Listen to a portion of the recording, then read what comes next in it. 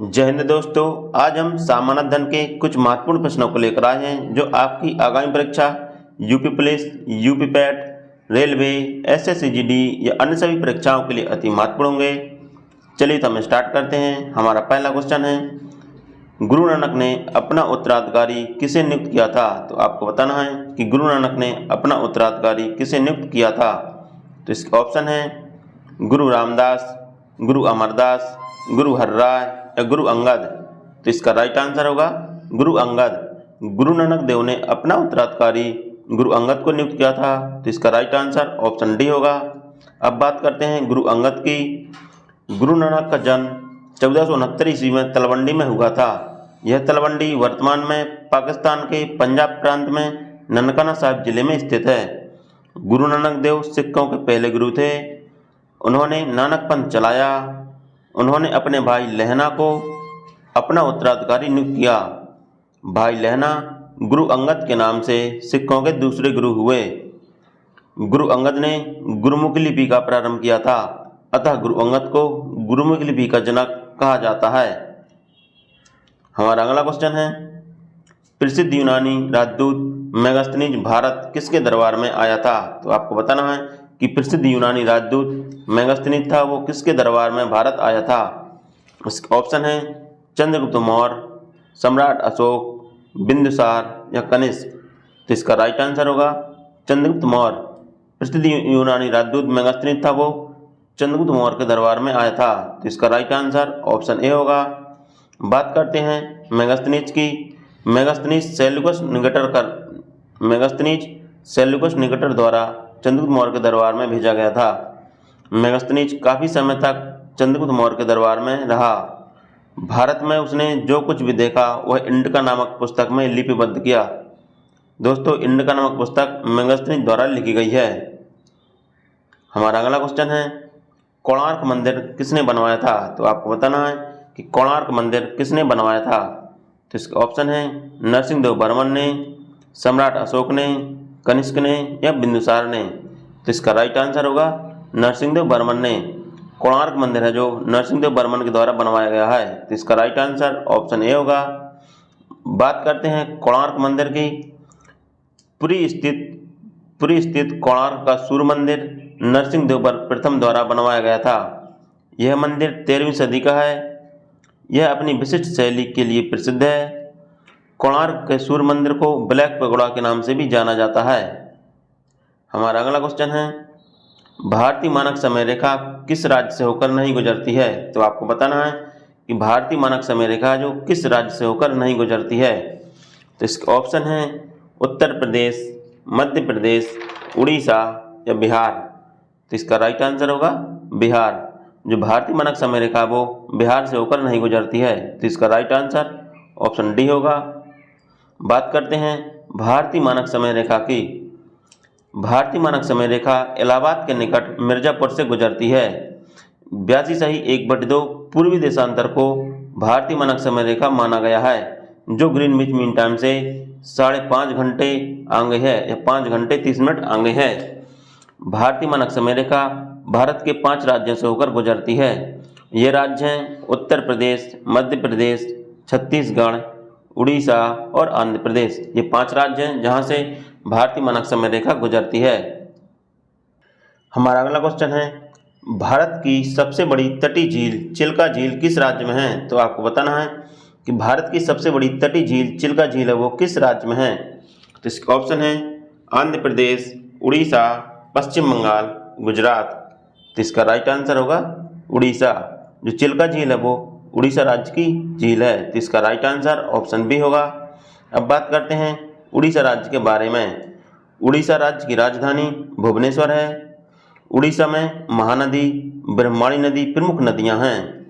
उड़ीसा की सीमा झारखंड, पश्चिम बंगाल, आंध्र प्रदेश, छत्तीसगढ़ को स्पर्श करती है। उड़ीसा में जगन्नाथ मंदिर, कोणार्क मंदिर और लिंगराज मंदिर स्थित है। व्हीलर द्वीप उड़ीसा में ब्रह्मणी नदी पर है। जो व्हीलर द्वीप है जो उड़ीसा में है वह ब्रह्मणी नदी पर स्थित है, जिसे अब अब्दुल कलाम द्वीप के नाम से जाना जाता है। व्हीलर द्वीप का नाम बदलकर अब्दुल कलाम द्वीप कर दिया है। सिमलीपाल, भीतरकनिका राष्ट्रीय पार्क उड़ीसा में है। सिमलीपाल राष्ट्रीय पार्क और भीतरकनिका राष्ट्रीय पार्क है वो उड़ीसा राज्य में है। रथ यात्रा यह जगन्नाथ यात्रा उड़ीसा में प्रसिद्ध है। जो रथ यात्रा या जगन्नाथ यात्रा उड़ीसा में प्रसिद्ध है। हमारा अगला क्वेश्चन है, निम्न में कौन सी नदी अमरकंटक पहाड़ी से निकलती है? तो आपको बताना है कि कौन सी नदी है जो अमरकंटक पहाड़ी से निकलती है। तो इसका ऑप्शन है नर्मदा नदी, क्षिप्रा नदी, लूनी नदी या कावेरी नदी। तो इसका राइट आंसर होगा नर्मदा नदी। नर्मदा नदी है जो अमरकंटक की पहाड़ी से निकलती है। तो इसका राइट आंसर ऑप्शन ए होगा। बात करते हैं नर्मदा नदी की। नर्मदा नदी विंध्य पर्वत श्रेणी की अमरकंटक पहाड़ी से निकलती है। यह नदी खम्बात की खाड़ी में गिरती है। जो नर्मदा नदी है वो खम्बात की खाड़ी में या अरब सागर में गिरती है। नर्मदा नदी पर ही जबलपुर के निकट धुआंधार जलप्रपात या कपिलधारा जलप्रपात स्थित है। यह नदी डेल्टा का निर्माण न करके एक्चुरी का निर्माण करती है। जो नर्मदा नदी है दोस्तों वह डेल्टा का निर्माण नहीं करती है, वह एक्चुरी का निर्माण करती है। सरदार सरोवर बांध नर्मदा नदी पर बनाया जा रहा है। सरदार सरोवर बांध है वो नर्मदा नदी पर बनाया जा रहा है और यह गुजरात राज्य में है। यह नदी पश्चिम की ओर बहने वाली नदी है। पश्चिम की ओर बहने वाली नदियों में ताप्ती नदी, माही नदी और नर्मदा नदी प्रमुख है जो खम्बात की खाड़ी में गिरती हैं। हमारा अगला क्वेश्चन है, संविधान के किस अनुच्छेद के अंतर्गत राष्ट्रपति को अध्यादेश जारी करने की शक्ति है? तो आपको बताना है कि संविधान के किस अनुच्छेद के अंतर्गत राष्ट्रपति को अध्यादेश जारी करने की शक्ति है। तो इसका ऑप्शन है अनुच्छेद 360, अनुच्छेद 200, अनुच्छेद 123 या अनुच्छेद 356। तो इसका राइट आंसर होगा अनुच्छेद 123। अनुच्छेद 123 के अंतर्गत राष्ट्रपति को अध्यादेश जारी करने की शक्ति है। तो इसका राइट आंसर ऑप्शन सी होगा। बात करते हैं राष्ट्रपति की। संविधान के अनुच्छेद 52 के अनुसार भारत का एक राष्ट्रपति होगा। राष्ट्रपति देश का संवैधानिक प्रधान होता है। राष्ट्रपति भारत का प्रथम नागरिक कहलाता है। भारतीय संविधान के अनुच्छेद 123 के अंतर्गत भारत का राष्ट्रपति अध्यादेश जारी कर सकता है या अध्यादेश जारी करने की शक्ति होती है। राष्ट्रपति संविधान के अनुच्छेद 76 के अनुसार भारत के महान्यायवादी की नियुक्ति करता है। अनुच्छेद 148 के अनुसार नियंत्रक एवं महालेखा परीक्षक की नियुक्ति करता है। अनुच्छेद 155 के अनुसार राज्यों के राज्यपाल की नियुक्ति राष्ट्रपति द्वारा की जाती है। अनुच्छेद 72 में राष्ट्रपति को क्षमादान की शक्ति प्राप्त है। राष्ट्रपति को अनुच्छेद 72 में क्षमादान की शक्ति प्राप्त है। हमारा अगला क्वेश्चन है, भारत के प्रथम राष्ट्रपति राजेंद्र प्रसाद किस राज्य के थे? तो आपको बताना है कि भारत के प्रथम राष्ट्रपति राजेंद्र प्रसाद किस राज्य के थे। तो इसका ऑप्शन है बिहार, हरियाणा, दिल्ली या उत्तर प्रदेश। इसका राइट आंसर होगा बिहार। भारत के प्रथम राष्ट्रपति डॉक्टर राजेंद्र प्रसाद थे वो बिहार राज्य के थे। तो इसका राइट आंसर ऑप्शन ए होगा। बात करते हैं डॉक्टर राजेंद्र प्रसाद की। भारत के प्रथम राष्ट्रपति डॉक्टर राजेंद्र प्रसाद मूलतः बिहार के थे। वे कहाँ के थे? बिहार के थे। उनका जन्म 3 दिसंबर 1884 को बिहार के सिवान जिले में हुआ था। उन्होंने 11 दिसंबर 1946 को संविधान सभा का स्थायी अध्यक्ष के रूप में चुना गया था। जो डॉक्टर राजेंद्र प्रसाद थे उनको 11 दिसंबर 1946 को संविधान सभा का स्थायी अध्यक्ष चुना गया था।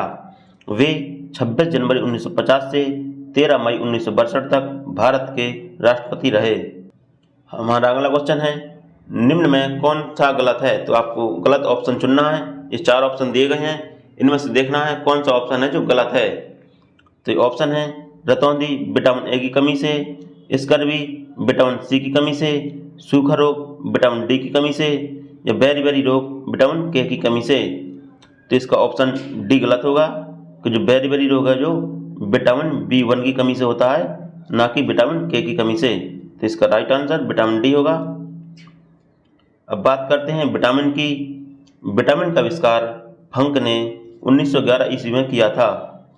यह एक प्रकार का कार्बनिक यौगिक है। जो विटामिन है वह एक प्रकार का कार्बनिक यौगिक है। इसमें कोई कैलोरी नहीं होता है, लेकिन यह शरीर की रासायनिक क्रियाओं के लिए अत्यंत आवश्यक है। यह रचनात्मक पदार्थ भी कहलाता है। जो विटामिन है यह रचनात्मक पदार्थ भी कहलाता है। जल में घुलनशील विटामिन 2 प्रकार के होते हैं। जो जल में घुलनशील विटामिन है वो दो प्रकार के होते हैं। एक होता है विटामिन बी और विटामिन सी, ये जल में घुलनशील विटामिन है। वसा में घुलनशील विटामिन ए, डी, ई और के हैं। रतौंधी आंखों की बीमारी है जो विटामिन ए की कमी के कारण होता है। सूखा रोग बच्चों में होता है जो विटामिन डी की कमी से होता है। स्कर्वी रोग विटामिन सी की कमी के कारण होता है। बेरीबेरी रोग विटामिन बी1 की कमी के कारण होने वाला रोग है। हमारा अगला क्वेश्चन है, निम्नलिखित में से कौन सा विटामिन शरीर में भंडारित नहीं होता है? तो आपको बताना है कि कौन सा विटामिन है जो शरीर में भंडारित नहीं होता है। तो इसका ऑप्शन है vitamin A, vitamin D, vitamin C या विटामिन के। तो इसका राइट आंसर होगा विटामिन सी। विटामिन सी है जो शरीर में भंडारित नहीं होता है, यह जल में घुलनशील विटामिन है। तो इसका राइट आंसर ऑप्शन सी होगा। हमारा अगला क्वेश्चन है, थायमीन के नाम से किस विटामिन को जाना जाता है? तो आपको बताना है कि थायमीन के नाम से किस विटामिन को जाना जाता है। तो इसका ऑप्शन है vitamin A, vitamin B, vitamin B one या विटामिन डी। तो इसका राइट आंसर होगा विटामिन बी1। थायमीन के नाम से विटामिन बी1 को जाना जाता है और विटामिन बी1 की कमी से बेरी रोग होता है। बेरी रोग विटामिन बी1 की कमी से होता है। हमारा अगला क्वेश्चन है, रेबीज के टीके की खोज किसके द्वारा की गई थी? तो आपको बताना है कि रेबीज के टीके की खोज किसके द्वारा की गई थी। तो इसका ऑप्शन है जॉनी साल्क, लुई पास्चर, फंक या वाटसन। तो इसका राइट आंसर होगा लुई पास्चर। रेबीज के टीके की खोज लुई पास्चर के द्वारा की गई थी। तो इसका राइट आंसर ऑप्शन बी होगा। हमारा अगला क्वेश्चन है, बच्चों में डीपीटी का टीका किस बीमारी को नहीं रोकता है? तो आपको बताना है कि बच्चों में जो डीपीटी का टीका लगाया जाता है वह किस बीमारी को नहीं रोकता है। तो इसके ऑप्शन है डिप्थीरिया, काली खांसी, टिटनेस या पोलियो। तो इसका राइट आंसर होगा पोलियो। जो बच्चों में डीपीटी का टीका दिया जाता है वह पोलियो बीमारी को नहीं रोकता है। डीपीटी का टीका डिप्थीरिया, काली खांसी और टिटनेस को रोकता है। तो इसका राइट आंसर ऑप्शन डी होगा पोलियो। हमारा अगला क्वेश्चन है, निम्न में कौन सी बीमारी बैक्टीरिया के कारण नहीं होती है? तो आपको बताना है कि कौन सी बीमारी है जो बैक्टीरिया के कारण नहीं होती है। तो इसका ऑप्शन है टिटनेस, हैजा, टाइफाइड या दमा। तो इसका राइट आंसर होगा दमा। दमा बीमारी है जो बैक्टीरिया के कारण नहीं होती है, यह फंगस वाली बीमारी है। तो इसका राइट आंसर ऑप्शन डी होगा। हमारा अगला क्वेश्चन है, वेब्रियो कोलेरियो के कारण होने वाली बीमारी है। तो आपको बताना है कि वेब्रियो कोलेरी के कारण होने वाली बीमारी कौन सी है। तो इसका ऑप्शन है हैजा, प्लेग, निमोनिया या टिटनेस। तो इसका राइट आंसर होगा हैजा। वेब्रियो कोलेरियो के कारण होने वाली बीमारी हैजा है। तो इसका राइट आंसर ऑप्शन ए होगा। हमारा अगला क्वेश्चन है, HCl अम्ल या हाइड्रोक्लोरिक अम्ल पाया जाता है। तो आपको बताना है कि हाइड्रोक्लोरिक अम्ल किस में पाया जाता है। तो इसका ऑप्शन है आमाशय, अग्न्याशय, यकृत या किडनी। तो इसका राइट आंसर होगा अग्न्याशय। जो HCl अम्ल है वो अग्न्याशय में पाया जाता है। तो इसका राइट आंसर ऑप्शन बी होगा।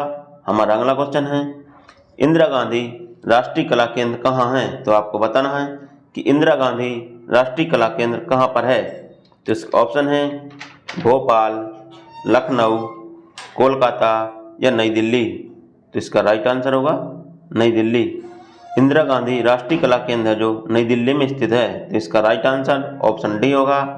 हमारा अगला क्वेश्चन है, निम्न में से कौन सी नदी उत्तर प्रदेश से होकर नहीं बहती है? तो आपको बताना है कि कौन सी नदी है जो उत्तर प्रदेश से होकर नहीं बहती है। तो इसका ऑप्शन है गंडक, गोमती, बेतवा या महानदी। तो इसका राइट आंसर होगा महानदी। महानदी है जो उत्तर प्रदेश से होकर नहीं बहती है, यह नदी उड़ीसा में बहने वाली नदी है। तो इसका राइट आंसर ऑप्शन डी होगा। हमारा अगला क्वेश्चन है, उत्तर प्रदेश की सीमा किस राज्य से नहीं लगती है? तो आपको बताना है कि उत्तर प्रदेश की सीमा है वो किस राज्य से नहीं लगती है। तो इसका ऑप्शन है हिमाचल प्रदेश, झारखंड, राजस्थान या पश्चिम बंगाल। तो इसका राइट आंसर होगा पश्चिम बंगाल। उत्तर प्रदेश की सीमा है जो पश्चिम बंगाल राज्य से नहीं लगती है। इसका राइट आंसर ऑप्शन डी होगा।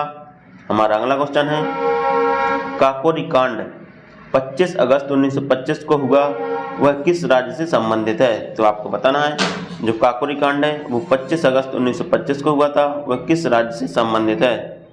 तो इसका ऑप्शन है मध्य प्रदेश, बिहार, उत्तर प्रदेश या असम। तो इसका राइट आंसर होगा उत्तर प्रदेश। काकोरी कांड है जो उत्तर प्रदेश से संबंधित है, तो इसका राइट आंसर ऑप्शन सी होगा। हमारा अगला क्वेश्चन है, खुशबुओं का शहर किसे कहा जाता है? तो आपको बताना है कि खुशबुओं का शहर किसे कहा जाता है।